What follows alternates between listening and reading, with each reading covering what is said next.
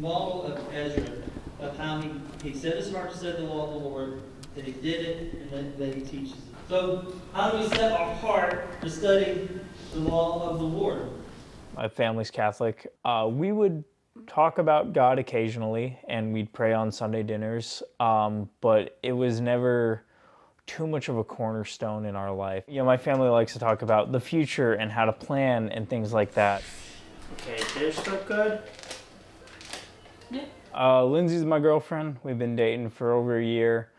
You know, she knows the gospel and she knows how to be a Christian woman. And she's like a superhero. I'm the luckiest guy in the world. Okay.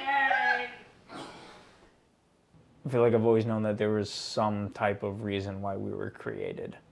You know, I thought I was doing great, and then this seizure just, you know, brought me down. After I had my seizure, a lot of the times it was, looking at it, I wasn't truly focusing on God too much. I was more of just like, what just happened and how do I get a hand on it?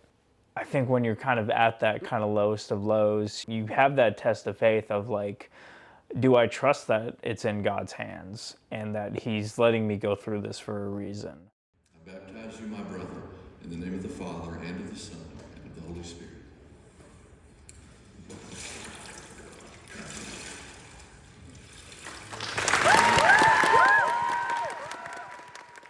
Having that weight and knowing that pushes me to want to talk to people. And if it pushes me, I hope I can inspire others to do the same.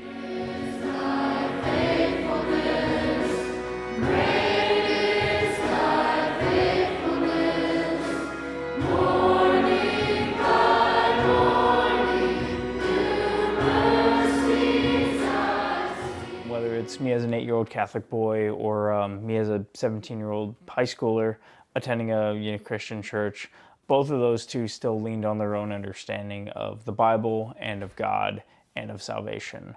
21-year-old me knows the truth that it's God who determines who He is, and it's God who determines who I am, and it's God who declares salvation. And that's something I know now, but that's something that, 8-year-old me and 17-year-old me didn't know and wasn't ready to know.